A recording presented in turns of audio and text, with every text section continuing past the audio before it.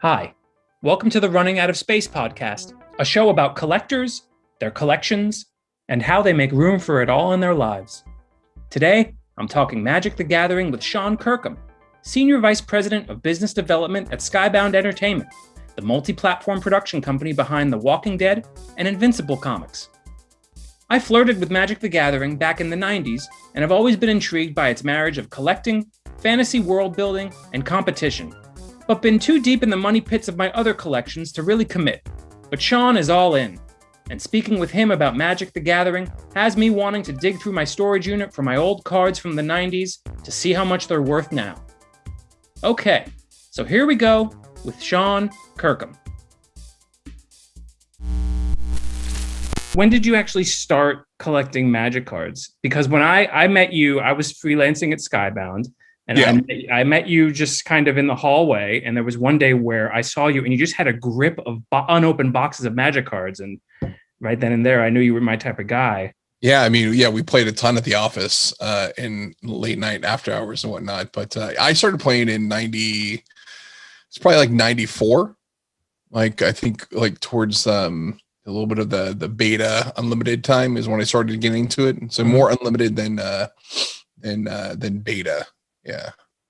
And that's a different time. How'd you find out about it? Were you involved in Dungeons and Dragons or any games of the like? Yeah, D&D was the thing I played in high school. And the local comic shop, Comic Dreams in my hometown, they started carrying Magic early on. I think they missed out on the alpha. They started carrying beta, and I didn't get into it until just, when they switched over to unlimited whatnot. Yeah. So, just as a general nerd always in there every Wednesday for comics, are like, hey, this is a new card game. You want to check it out? And of course, me being just out of high school, I didn't really have a ton of extra loot. So, I picked up some, just anyways. And then we started playing and collecting from that point on. Well, it wasn't that expensive, was it? Do you remember? I mean, it was a while ago, but like, how much was a pack then? Were you buying boxes then? No. Oh shit, no. Kind of wish I was. The box would have cost a pretty penny.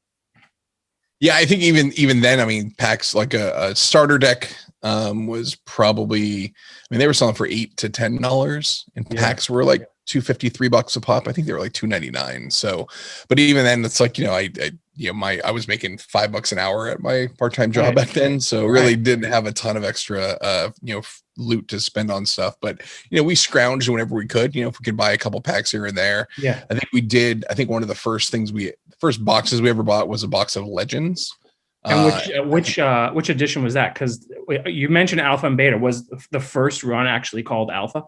Yeah, so the very first printing was called Alpha, and that was when Wizards of the Coast were just like, they just brought it to market to show off. Like Gen Con 93 is when they kind of debuted the game, I think. And they just took it around. They had the first printing, and it was really, it's so crazy to think about how things have changed since then. But they were just like, they would give out samples at the convention, they would do demos, and they were giving out to comic shops and game stores. And they would drive primarily on the West Coast because they were based up in Seattle, in the Seattle area, I guess. And where are you from? Northern California, a town called Manteca. Cool. And so they drove it up and down the coast, and like, we're just giving decks to stores. Hey, check it out, let's play it. I think your customers will like it and whatnot. Wow. And then beta came out shortly after that, which fixed the design of the cards. The earlier cards had like a more rounded corner, and they tightened up the corners to be a little more tightened. And from that point on, the beta came out, then unlimited. And then the revised was in there as well, which was the last, once they took out a bunch of cards that they put on the reserve list, and they put out revised, and they actually started the reserve list after that, I believe. But then there are the first 4 expansions, which were Arabian Nights, Antiquities, the Dark, and Legends. I remember. I too was collecting comics. I still do. I've always read comics, but Magic came around, and by the time it was on my radar, it was around Antiquities and Dark. Yeah. So was that early on? Was that Yeah, around those 94, are 95? the first, like they call them the Four Horsemen. They were the first like four expansions. Yeah. So do you have any of those early alpha or beta cards at all I've still? got some, nothing that's really worth a ton of money at the moment. Yeah. A lot. I mean, although most of that stuff is even older cards are worth money. They're not just as they're not like the Power 9 or dual lands or a bunch of rares. Like I got like I pick up stuff from time to time if I see it at a shop or if I find singles that are cheap. Yeah. I bought a couple big cards before, but I flipped those just to kind of keep in that Sure. the habit, I guess, just to keep fueling the fire. It's like everything, Yeah. you have, especially for collectors, and that's partially kind of why I started this podcast. It's like everybody kind of has the same. Everybody who collects something is so similar in the sense that there is this obsession that they have, and the different ways that they express that obsession are actually so similar across what they're obsessed about. You're talking about flipping, reselling, getting stuff, and fueling the habit. I mean, people do that in comics. They do that with toys. Yeah. They do that with sneakers, everything, cars, watches. So I know exactly. I mean, there's no shame in that. That's just how I it feel goes. a little shame when I'm like, that card would be worth so much more money if I would have held on to it, But of course, like you're using. I've been very flippant in my spending ways over the 40 something years I've been alive, and then learning how to like, okay, cool, like only spend what you've got. And so it's like if I want to buy something, I need to sell three things to buy that one thing, right? Like I'm just That's trying a good to policy, actually. always change around the collection. Stuff, Yeah. Once you start like accruing stuff, that's if you can kind of perpetuate the wheels, so to speak. Exactly. Keep that going. Yeah, if you can feed if you feed the beast with your own stuff, it's you're always going to be in the plus. Unfortunately, it never goes that way, does it? Yeah. Okay, so wait, because I want to hear more about this, because I remember Magic. I remember at the time there were dudes that were just on fire about it, and they weren't as controlled as you are explaining yourself to be. They just went whole hog, and they were spending all their allowance or all their sure. after school money on decks, and they formed them pretty quick. It's not, you can't just buy a pack of cards and start a deck, right? Like it takes some time. Yeah, I think early on, like in those early stuff, you had to kind of like, because if you bought a starter deck, it had, lands, and you had to get, you needed enough lands to build a deck from. So, I don't think a 60 card starter deck would have enough stuff to play itself, because you'd have to get a starter deck, and then you have to get a couple other side decks or packs. You get the booster packs that have rares and commons and uncommons, and you just kind of build it up there. So it took a while to do it. And I think there was a lot of you're trading with friends, and you're like, hey, I'll trade you these for that and whatever, and you just kind of build it from there. Like I even remember, like we would, just because we were stupid kids, but we would trade like rare magic rares for we also played D&D at the same time. So I'd be like, hey man, I'll give you this rare if you give me like this magic item in the game. And then our DM would be like, yeah, it's cool. And then like 2 sessions later it kills you, and you're just like, I just got completely boned out of that deal. Like what the fuck? Yes. So yeah, pretty weird stuff as as the currency it became moved around. And I would trade comics for cards or cards for comics, and it was just very fluid at the time. Have you been collecting Magic and playing Magic since 90? What do you say, 94, 95? 94. I've had like, I like to call them I think most people do call them, you have a little bit of a dark age, where you're just like, I think when there was a point in probably 96, 97 where I sold everything off. I was like, I don't want to play Magic anymore. It's whatever. And I just got rid of it, and then got back into it in like early 2000s. And then got back out of it shortly after that in like 2006 or 7. And then got back into it in 2011, and then have been, for the past 10 years have been pretty, steady with it. Did you have to back up and buy your stuff all over again? Oh yeah, I sold everything off. I'm like, I just didn't keep it. I think I kept some stuff, but nothing, maybe a couple decks or whatever. But then, you just start acquiring more and just keep going. And how often are you buying these days? I don't know if I had it wasn't a specific cadence. I mean, definitely when a new release comes out, you want to pick up, I like boxes. I like sealed product. So So I'd buy a box just, to sit on, hold it, or I'll open it up just to crack it or whatever. I don't draft a lot, which, draft boxes are the main way to get cards. What is explain that? I'm sorry, what's a draft box? A draft box. So yeah, it's basically a way of playing Magic. So basically you take 3 packs, and then whoever else is let's say you have a pot of 8 people, right? And so you're going to have like a little mini tournament. So everyone takes 3 packs.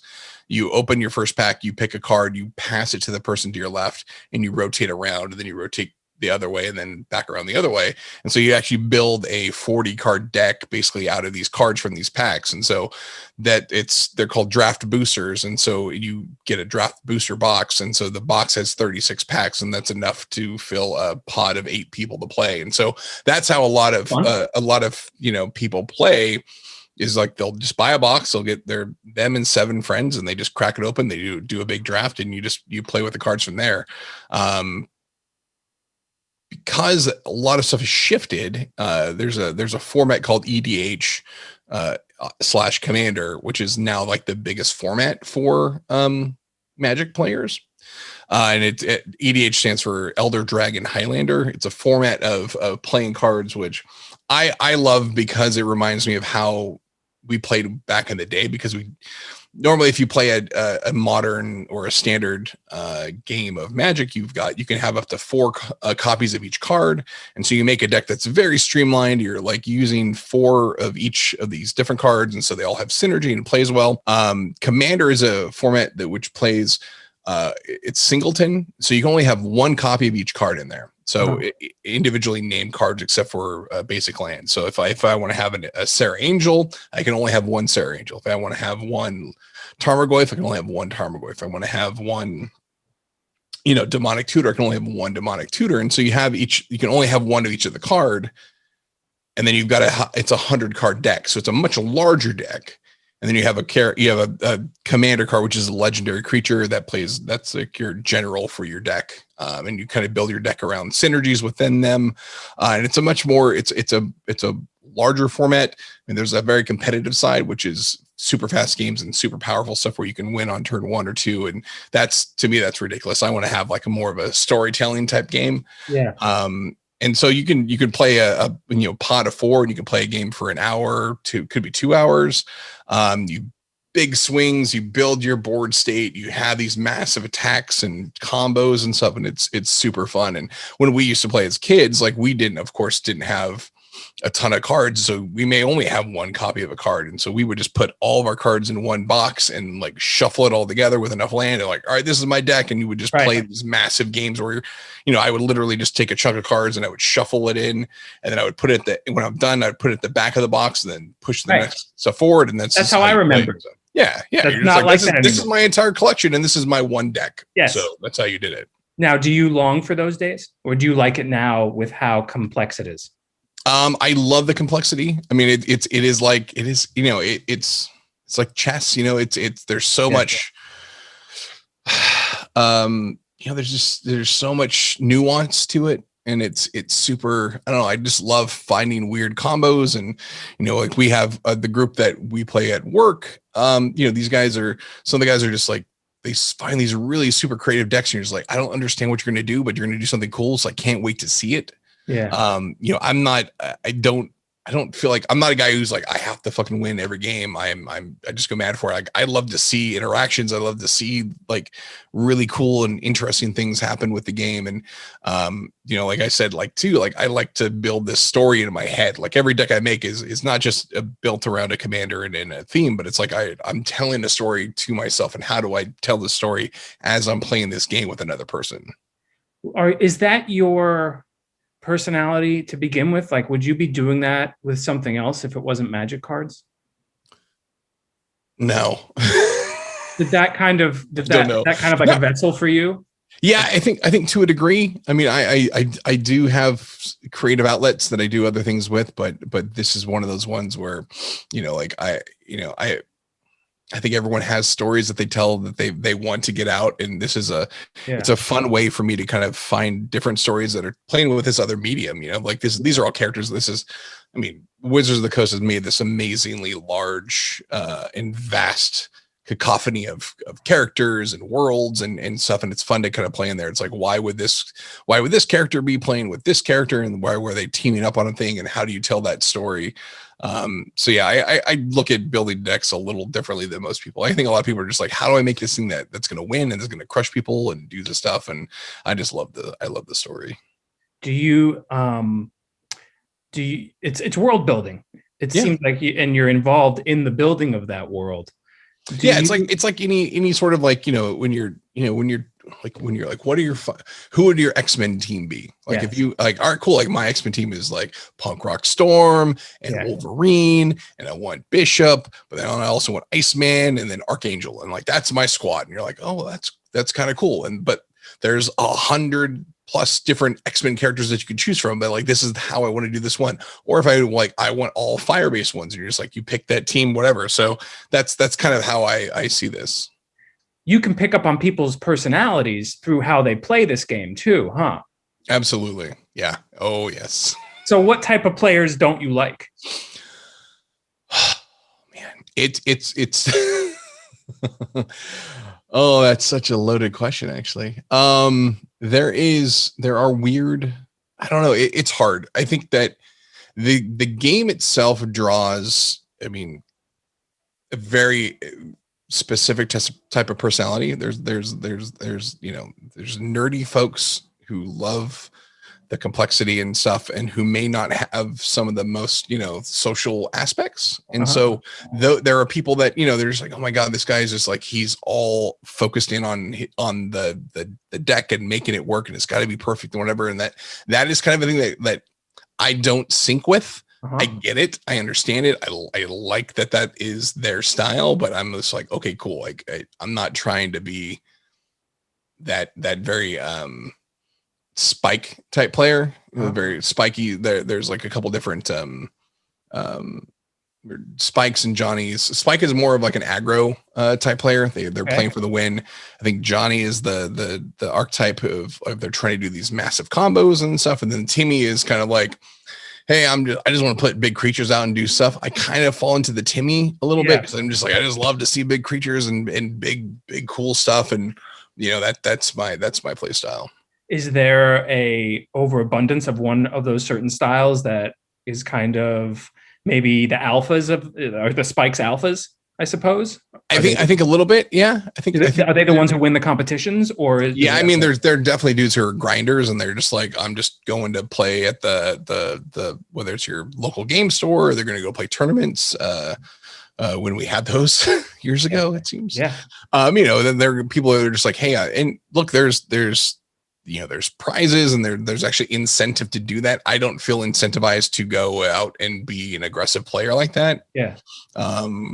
But I understand the people who are, and there's people who are just like, hey man, like I just want to win packs. I want to go in packs, because if I win these packs, I don't have to pay for the packs. And so I can do a draft, and I can draft with my friends. And so I'm basically, like I said earlier, like they're feeding the beast. They're paying for their hobby that way by being an aggressive type of, playing an aggressive game. And it's awesome that they can do that. How are you playing these days? I guess because this kind of line of questioning is leading into that. How are you playing right now?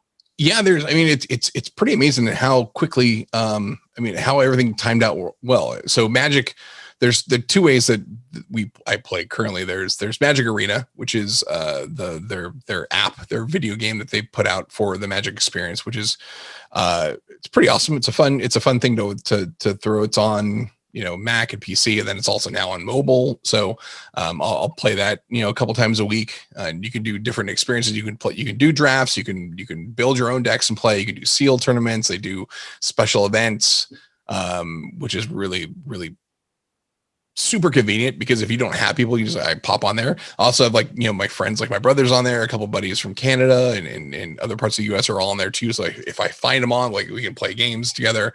That's awesome. And then also there's I think it's called Spell Table, which is is it Spell Table? Might be. Let me pull it up real quick if you gotta. Sure. Ignore me. Yeah, spell table is a I just have it saved and I always forget what it's called, but it's basically it's almost like a video platform where you and four other people or three other people can play a game and Oh yeah, stream it together. It's like the D&D one. Yeah, kind of like using Discord or whatever. Mm-hmm. Exactly. Yeah, Mm-hmm. But this is kind of like more tailored. Roll20. I'm thinking of Roll20. Exactly. Yeah. Yeah. So this one's more tailored for Magic folks to play, and it works great. You just you set your cards on. You got your webcam pointing down to your thing, and you can play, and it's awesome. Oh, that sounds great. I was wondering if there was I feel like you might have told me about this. There's an online way of playing Magic, but that kind of takes out the trophy aspect of the whole getting the cards and stuff, huh? The arena is kind of like what you open packs, all that stuff too. But there's also MTGO, which is Magic the Gathering Online, which is another big I haven't got into it because it's overwhelming to me because you could play any format. They've got every card ever made. It's all on there. How do you get the cards? Do you have to buy them? Yeah, you basically buy packs through there. And then you can also the cool stuff is you can actually rent decks, you can rent cards. That's cool. There's ways to kind of like transfer what you own and what you have in the system. If you want hey, I want to spend $20, I can buy enough tickets to rent a deck and play this deck if you want to try different stuff. It's a sweet platform. And I watch a lot of streamers who play that way too. And it's really interesting to check them out. Are there guys online that are making somewhat of an income doing that? Oh yeah. Yeah. There's definitely a ton. There's a ton of folks. Yeah. That's like a folk economy of sort. Absolutely. Yeah. It's pretty sweet. So let's back it up a little bit. Like, how did you even start getting into the lane to be finding magic at the right place at the right time and picking up on it? Were you always collecting comics? How early did that start?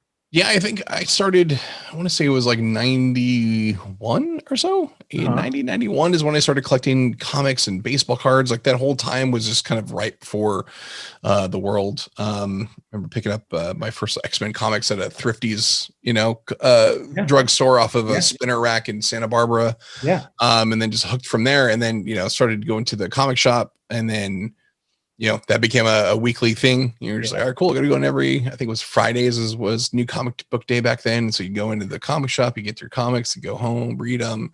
You're back, looking through, back issue boxes and finding a weird series that you end up falling in love with. And then when, as you do at a comic shop and any sort of stuff, whether it's a record store or whatever, you start talking to people, and then you get into other stuff. They're like, hey, have you heard of this thing called Dungeons and Dragons? You're like, oh, that's cool. And you start playing D&D with some of those guys or people in high school, and you buy a book and you start doing it with your friends and your siblings and whatnot.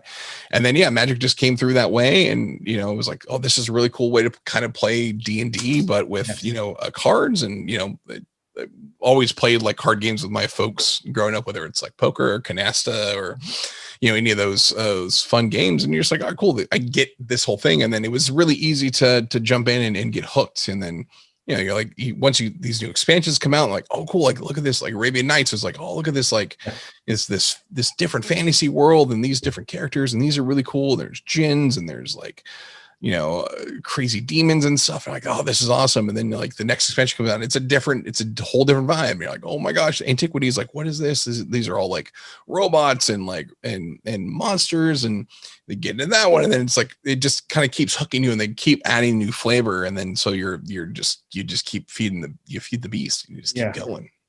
For sure. You said whether it's a record shop or comic shop, I definitely feel like the comic shop was my record shop. That's kind of how I discovered myself, my personality. Like people always say like, oh, the record shop. I feel like for certain people, it's the comic book shop. Yeah. It's totally a place. I remember I too was buying comics at my newsstand. And then once I found Direct Market, like an actual comic book shop that only sold comics, it was like my life totally changed. It was so amazing. Yeah. And then you're like, oh my God, there's people that like the things I like. Oh, it's different. It's like, it's different than like, oh man, I love watching Robotech in the mornings. Like, oh no, cool. Like, let's talk about this. Like, what do you think about this? Do you like X-Men? Do you like, Justice League, Europe? And you're like, oh, this is cool. And you just, you find those people that you're akin to. And then, this is another way to kind of hang out with them too. Yeah. Were you collecting anything prior to that? Like when you were a boy, did you have the bug early? my dad, he is so awesome. Like, he wasn't so much of a nerd when I was growing up. He was, I think he was nerdy, but he was just, like, I got to take care of the family, but fed his fandom and nerddom into me. And like, he took me to, like, I think I was a year old, or maybe even less than a year old, when Star Wars came out, but he took me to, my mom's like, your dad took you to Star Wars. Like, he took in the theater, took you as a little baby. And I was like, I would call that guy an asshole right now if you did that, but I appreciate that for back then. But like, he always bought, whether it was Star Wars figures or G.I. Joe or Transformers or anything in that space that I loved and I liked, he bought it for me and my brother. And, so I always had collections of those growing up. Yeah. I was a huge G.I. Joe fan. That was my jam.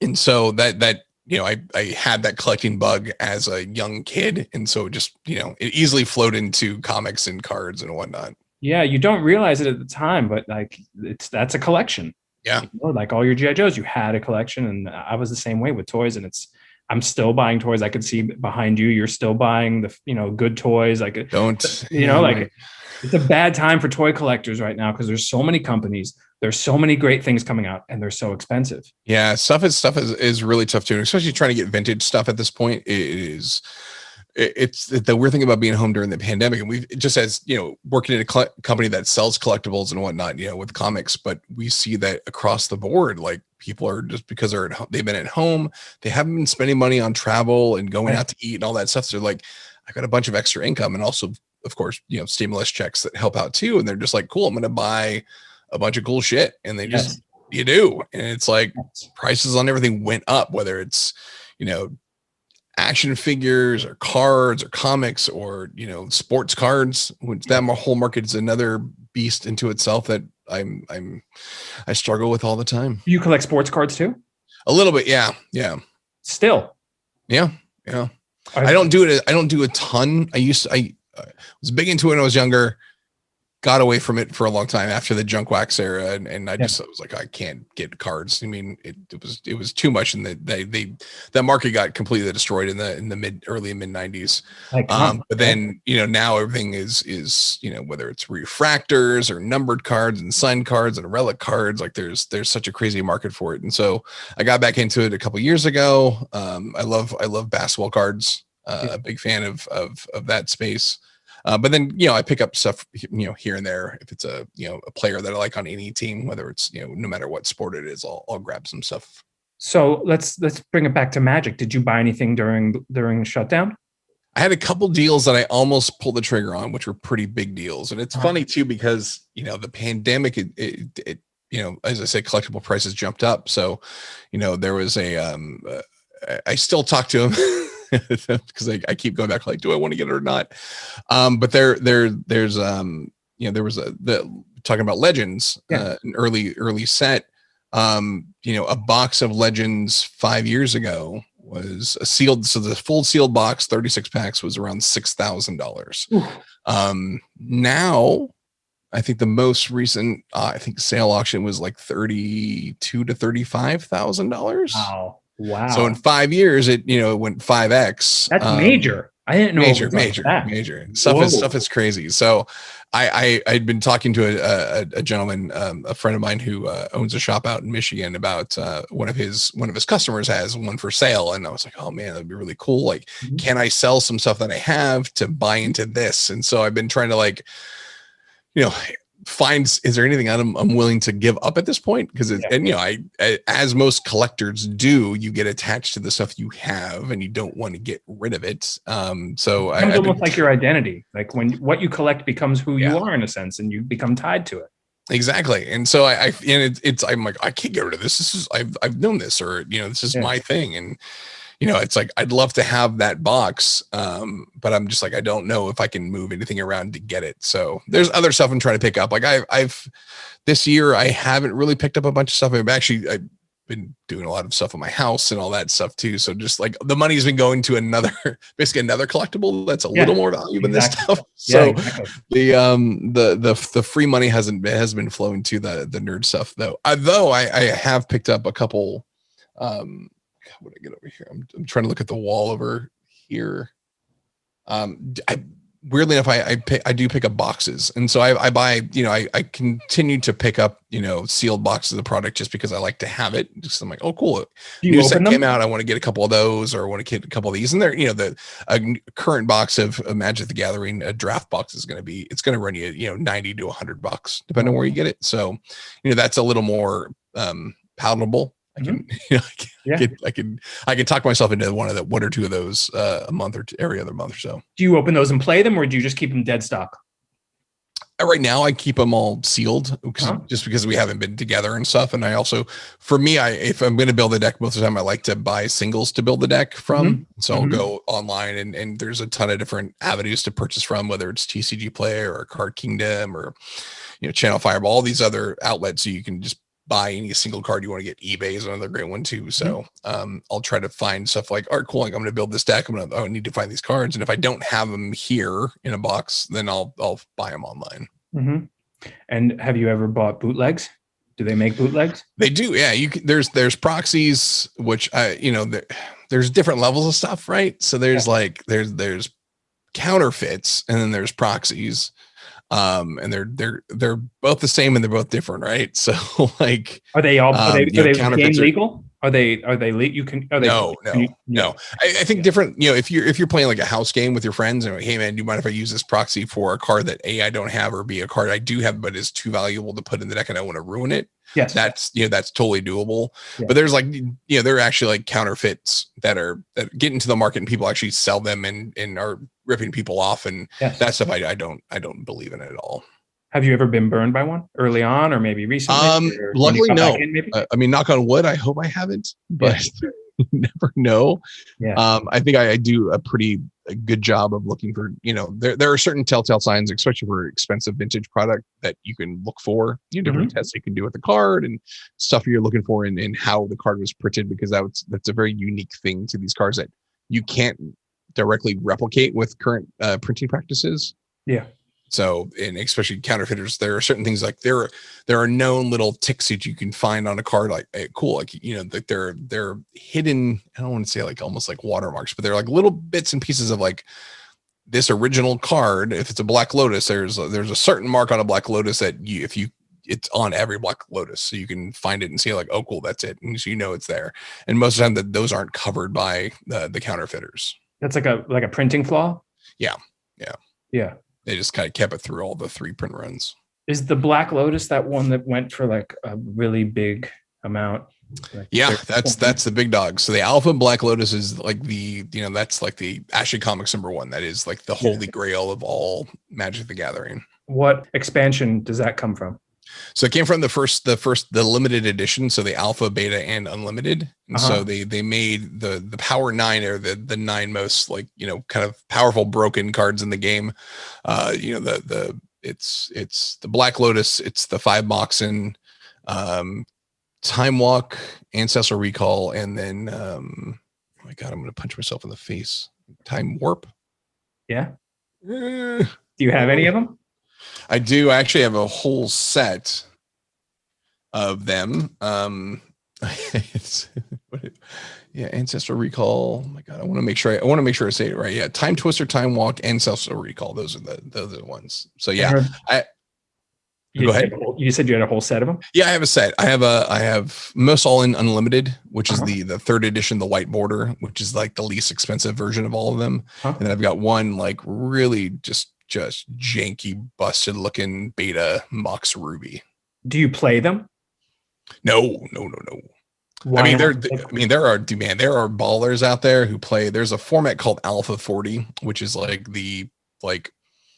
it's insane what these guys play. And so Alpha 40 is basically it's taking it back to playing back in 93 when the game first came out, because there really weren't like rules on how to make a deck. You can put as many copies in a deck as you want. Yeah. Blah, blah, blah. I remember like when the first time I went to like an actual like game store that was different than the comic shop I went to as a kid. Like they were like, hey, like there's dudes over here. Like they would look at decks like, oh cool. Like they would have the judge, and the judge can look at the deck and go, oh cool. This, you can kill this person on turn 1. So you can play, because its power levels were crazy. And so they're, Channel Fireball was like the big thing. So if you had a Black Lotus and then you cast Channel, which transfers your life into mana, and then you can cast a fireball and you can kill a person on the first turn. So like that's how you kind of like gauge whether a deck was good enough to play. But there's a whole format called Alpha 40, which is you can only play with alpha set cards, and you can only have 40 cards in the deck, but it can be of any makeup that you want. And it's the most crazy aggressive. Like there are guys who are like, you watch these guys play and they're playing with a deck that's probably worth, a couple $1 million. And you're like, this is nutsoid that you have all these cards and you're playing them. Are these guys fantasy buffs? Are these guys old comic book nerds? Or are these guys gamblers that just happen to have found a new game? These are guys who are just definitely they're all guys who were probably into the game when we were younger, when the game first came out, and or they were in elementary school and were fondly there, who have built collections and are mega wealthy and whatnot, and have the ability to kind of carry all that stuff over. Like it's awesome. I've wanted to get into it by building like a smaller deck just to say I have one. But I don't have enough cards for it yet. But I have it. It's in the back. It's there. So I have pieces for it. Someday I'll make a really janky one that I'll never. It's like you can't beat a guy who's got a deck that's just like, with multiple Black Lotuses and ancestor recalls and time walks. You're just like I can't beat you. There's no way.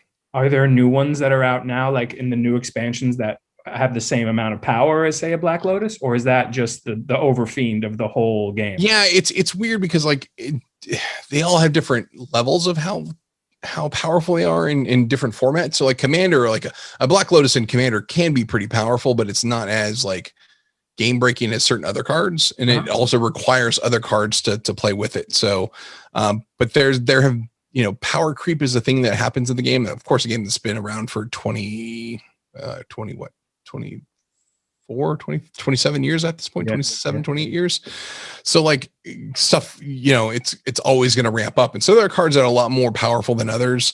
And every new set that comes out, there's something that's like, oh, is this going to break the format or whatever, this change stuff. And people find ways to kind of, to work their magic. And I give massive credit to these cats who can just like look at a card like, oh man, that card is going to work really good. This card and with that card, and boom, then like they break formats and whatever. And it's really wild. Yeah. That's something too, that's very interesting about the game in and of itself, is the combinations and the architecture that goes into it. What is it about deep complexity and fantasy, alternate worlds, that is so attractive and that has endured in this game for 20 some odd years? What is it about that those two kind of elements colliding and sparking so well?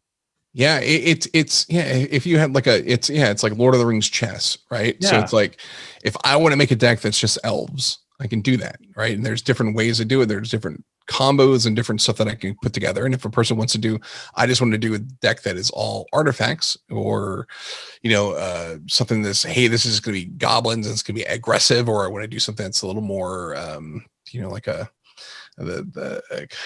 kind of like a pillow fort. It's a type of thing where it's like, I just make myself as tough as possible, and it's really hard to kill them, but make it's really hard for you to play your game, and I'm just going to outlast you because I'm here. Yeah. There's so many different ways to play the game, and you can build decks to your liking, to different whatever style you want to play. And I think that's truly one of the things that makes it the most accessible, is because you can play it however you want to play it. What do you think it is about? Is it because it's so unbound that it is that world building component of it draws people? Because otherwise you can be playing something really complicated like Canasta. Mm-hmm. Oh, sure. I think a lot of it does have the cool fantasy aspects that hook people. It's like, like I love, people love the Avengers, and so they want to see Spider-Man, or they want to see, Iron Man, and they want to like, I love fucking Iron Man. Like, this is great. And so you can have like, if I love Liliana as a character in Magic, like I want to build just Liliana themed zombie decks and stuff around, doing weird combos with her and massive zombie attacking armies and stuff, very Walking Dead style too. You can do that, and it's just whatever way you want to go, it's how you can just do it. And I think that is something that keeps people around. Yeah. And and they're always in there, like I was saying earlier, they always adding new stuff, right? So the latest set that just came out it's called Strixhaven, and it's like wizard school, so it's got a little Harry Potter vibe to it, but it plays well into the existing Magic histories. And before that was a set called Kaldheim, which played very Nordic and Viking style, and it had gods and really gnarly monsters and creatures. And before that was one called Ikoria, that was Zendikar, but Ikoria was one that had like big just giant monsters, and they mutate and stuff, and that's really fun. Yeah, they do a really good job of like building these worlds, and I just want to see the next one. And actually the cool thing is, I think one of the next sets that they got coming out this year, it's going to be a Dungeons and Dragons themed set. And like, wow. I am like, my 13-year-old self is just like nerding out. He's like, this is going to be amazing. Yeah. Do you find any people that aren't collectors that like Magic, or people that don't give an F about fantasy that just love the game? Do you find those people? I think so. I think they're out there. I just know that, I mean, most of the people I circle around, they're all into it. Like one of the guys I work with, Paul, he likes to play the game. I don't think he's necessarily like a big fantasy fan, but he loves playing the game, loves the complexity. Yeah. He actually loves collecting and buying and the trying to find like rare versions of cards. And he loves that whole thing, like the kind of gambling aspect with getting into cards. Yeah.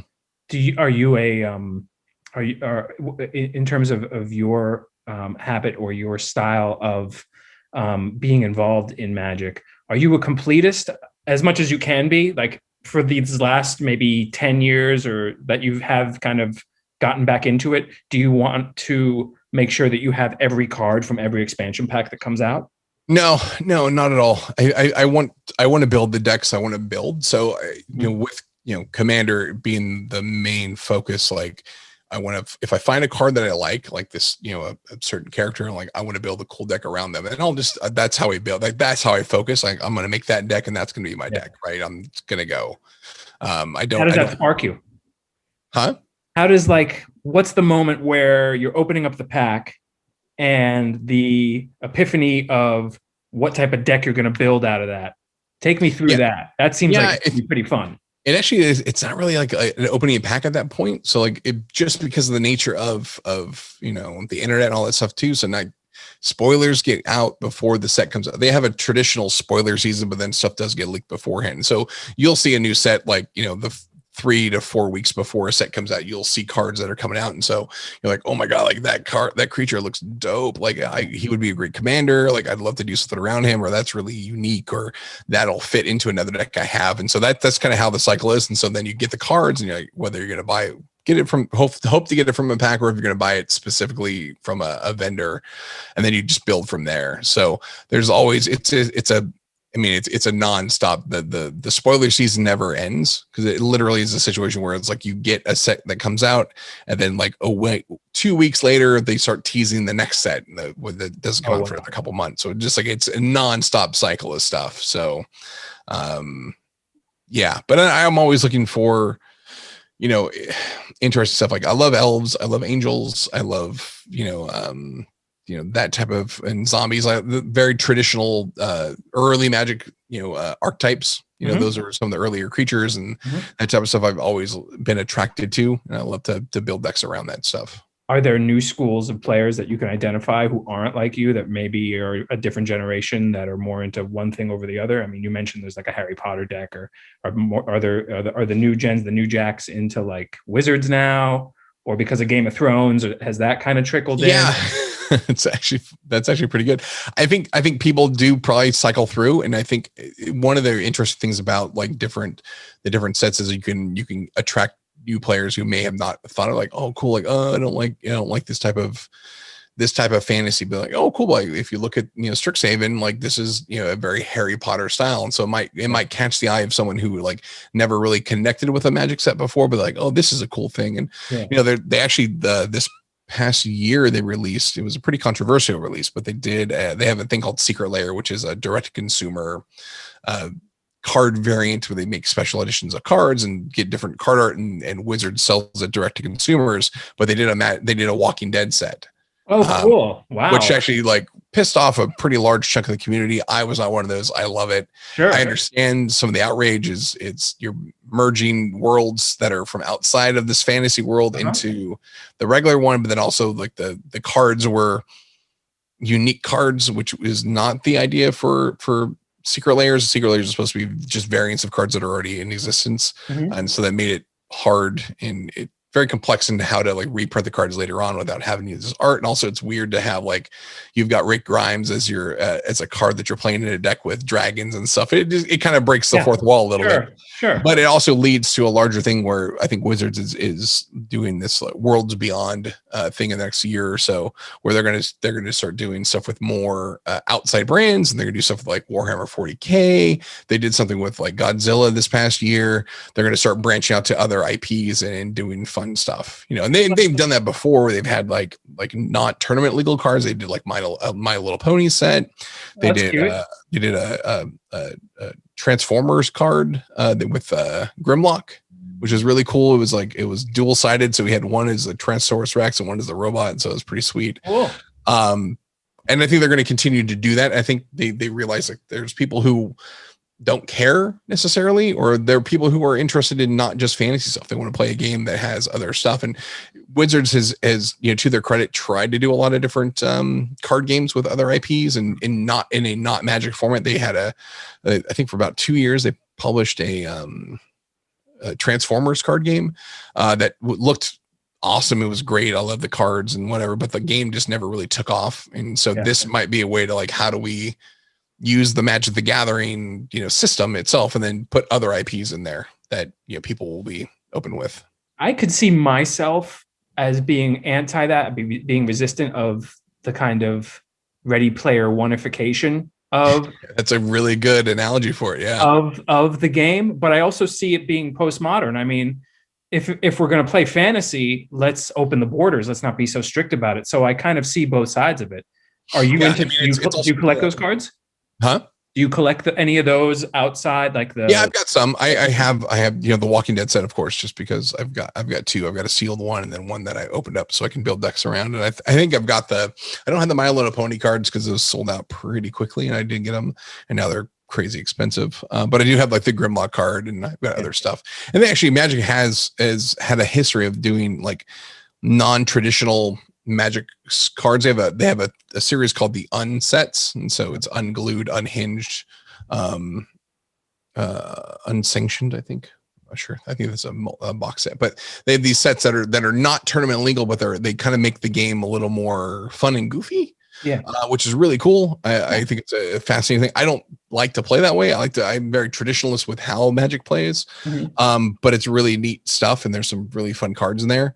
But I think that having it doesn't break my mind by having other IP in the Magic the Gathering, you know, game itself. I think I can put it together. It's fine that we're still playing with dragons and fucking angels and zombies and stuff like that. Like, guess what? Like, cool. They pulled in a robot. There's robots already in Magic the Gathering. It's like, all right, cool. Like, what's the difference between pulling someone from Cybertron than it is from pulling someone from, you know, Mirrodin, you know? Yeah.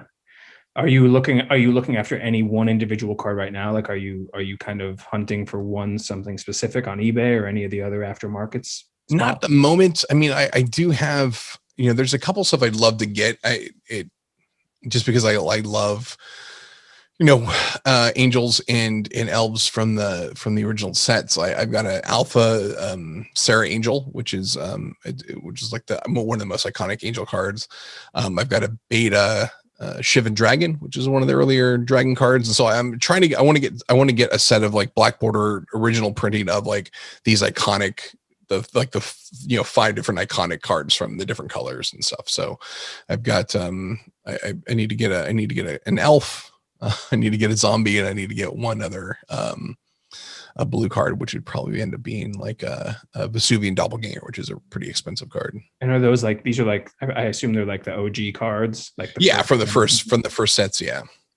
And so, like, are you always kind of scouring eBay looking for the right price, ready to pounce? Or is it just one of those things where it's like, I think as it on the comes to list? mind, it's just one of those things. I don't Yeah. have like alerts set up on my account or anything like that. But if I see stuff, I also I love the hunt too. I love the hunt for stuff in person. So I'm kind of hoping that we can start seeing like Magic Fests come back this coming year and go to conventions and find stuff. I don't know. It's part of like the hunting. Like eBay is awesome because like, you know what, you can, if you're looking for something, you can pretty much find it there. But there's also like a bit of like, I do miss like digging through bins and like whether I'm looking through short boxes or record crates or whatever, trying to find something. Like I like the hunt. And eBay makes it a little bit too easy, but also you can always get what you're looking for. You just have to pay for it. Are they like getting cards slabbed these days, like comics, like at CGC stuff? Yeah, massive. Grading companies have been a massive boon for collecting Magic and to make sure things are verified and in certain conditions and grades and whatnot. And PSA, BGS, and CGC are like the top ones for graded cards now. Yeah. Are they out of play if they're slabbed? Or can you play? Yeah, I mean, I'm sure you could play them if you wanted to. Just make sure you don't like scratch up you're going to shuffle a deck that's probably tall. Yeah, I mean, you do. I think at that point, it's people actually will buy a card. If people are making decks, they'll buy graded cards and they'll crack them out. They'll free them from their plastic cages and put them into decks. Especially happens with stuff that's like a higher value or higher power card, and if it's if the lower grade, so if something's like below an 8 or a 9, 9 and above is really kind of like that's the near mint side. So people will just take lower grade cards and they'll crack them out and they'll use them to play. Sure. And is it like comics where this is like a whole flip for me? You'll understand this. When we were coming up, we're about the same age. You get your comic signed. That's like your goal is to meet the artist or the writer and get it signed. Yeah. Now it's actually worth less if you have it signed, if it's not CGC authorized. And CGC there are services that do. There are services that'll grade signatures. I think BGS grade signatures and whatnot. Yeah. Is that with Magic too? Do you want to get your cards signed by the artist? Or do you want to keep them? I think there are certain people who do want to have their cards graded. I think it's just if you have an affinity for the card or whatever. There are certain older cards that are dependent upon the creator. Like Black Lotus is a great one. Christopher Rush was the artist, and he passed away a number of years ago. And so, like, if you find a card that's signed by him, it has an extra cachet to it because it is signed by him and he's passed. Or Quentin Hoover is another guy that I adore his artwork, and he died a number of years ago too. So, and because you also can't get them signed now. I mean, there's a lot. I mean, you can see a lot of like, guys like, Mark Poole or Douglas Schuler, like these guys are still around at shows and they'll pop up and there's a couple different dealers that have deals with these guys to get them. You can submit cards to them and they'll send it to them. They'll sign them. They'll get them back to you. So yeah. And I've gotten stuff signed at shows too. Like, Therese Nielsen, she did a pretty awesome set of cards at San Diego Comic-Con a couple years and she was there signing and I got a set signed. So, it's pretty neat. Do you go as far as collecting the original paintings? Like, is that something you would be into? I actually have a couple originals. Nice. I've got 2 originals. I've got one for Whisper Silk Cloak and one for Wired Wood Channeler. And these are, they're not early editions, which prices on some of the earlier, the limited edition, the alpha beta unlimited cards are, I mean, figures on those could hundreds of thousands of dollars. Fine artwork. It's considered considered fine artwork. Do those go to Sotheby's? Are those like Heritage, right? A lot of those now. Yeah. They pop up from time to time on eBay and whatnot, but there's private Facebook groups that sell magic art too. So, and you see them pop up time to time. I think a couple years ago, there's a guy who owns I think he owns like the Black Lotus artwork and a couple other early pieces, and he had popped up. And I think at the time he said he was trying to sell he listed the Black Lotus, and I think the post was up for maybe a day. I think I saved screenshots because this is amazing. I need to kind of hold on to this NFT that one. He was there you go. He was asking. I think his asking price was like a couple $1 million for it, which I was like, that's probably a bargain at this point, like considering like if you got a card of it, a graded alpha card was selling for, hundreds of thousands, $100,000 plus. Why? Why is the Black Lotus? Is it the power? Is it the cachet of the time it's all era? It's the power, because it is quote unquote the most powerful card in the game. It's also the it's the mystique about it, because it is like it was you can't play it in most formats. It's like it's banned, and they don't print it anymore. There's so much mystery around it, and it just, the mystique is there.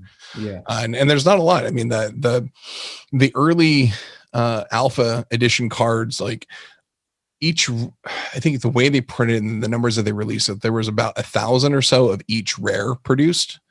So there's, I don't remember the number of rares. There's like 100 and something rares, but there's only 1,000 of each of those. And so you think about like, cool, like a rare now is producing, there's probably like 1 million copies of a rare now compared to 1,000. And it's such the level, the amount of them that are actually still in existence. If you think about it too, like cards that were, people, when the first set came out, like they were given away as a promo. And so people the stories where people like, I remember seeing someone got a pack of these at Gen Con in 93, and then they just threw it in the trash after they left the booth. I don't know what the fuck this game is. Like, toss it. Like, oh my God, that those cards, that's the, a sealed alpha starter deck is probably, $100,000 right now, if not more, I think. It's insane. So it's crazy money. So that's yeah, it's pretty cool. So I mean, it's just there's just not a lot of them. I think one of a couple talking points about how rare it is. I think a soft estimate is there's probably about half of the 1,000. So there's about 500 that are actually still in existence. And of those, like, what is the quantity that is actually in a high grade? An 8, 9, or 10. Not a lot. Yeah. And are there any, like, so it's Black Lotus. Take me through the 9 again? There's Black Lotus, and then there's the Moxen. So the Moxes are these artifact cards that let you draw mana. Like when we were kids, we're like, I have a land. Lands can make mana. These are stupid. I don't need a spell that doesn't. It's like they can destroy this easier than this. So we were dumb. But the Moxen. So there's like let's see, it's the Mox Sapphire, the Mox Jet, the Mox Ruby, the Emerald, and the Pearl. And so there's the 5 different colors. And then there's the 3 blue cards, which is the Time Walk, Ancestral Recall, and the Time Twister.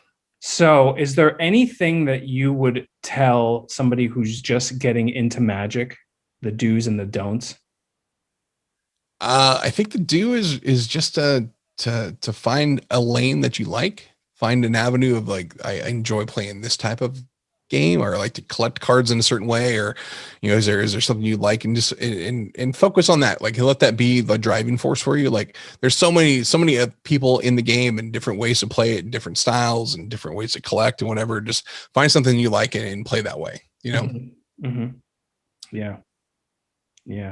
And so what's coming up with Magic next? The next big things, there are I think Modern Horizons 2, which is a set that they debuted. Modern Horizons 1 about 2 years ago. It was a fantastic set. People loved it. A lot of great cards in there. So they're releasing the second version of that. Like I said, the D&D set's coming out later this year. I think there's Innistrad, which is one of the most popular worlds or planes of Magic. It's a mix of like Victorian horror, so it's like vampires and werewolves and stuff. And so they're doing a dual release of that in I think November, December, where it's there's 2 sets from the same thing coming out around the same time, but they're 2 different sets. One is primarily focused on vampires, and the other's focused on werewolves, and so that's really exciting. Where do you what team are you, vampire or werewolf? I am definitely the vampires. Yeah. Cool. Though the werewolves could be awesome too. And then I think, I'm not sure when this stuff comes out, but there's like I said, that there's going to be Warhammer 40K special commander. I think it's a commander set is what they said. But I'm super into that because I although I don't play 40K, I love painting miniatures and I love like the aesthetic of the stuff. And so I'm excited to see how that comes together. Oh man, that's a whole other podcast conversation. Absolutely. Get into your minis. Oh my gosh. Don't. too many miniatures, not enough paints. Yeah. All right, Shawn, thanks so much, man. Really nice talking with you. Yeah, dude, thanks, brother.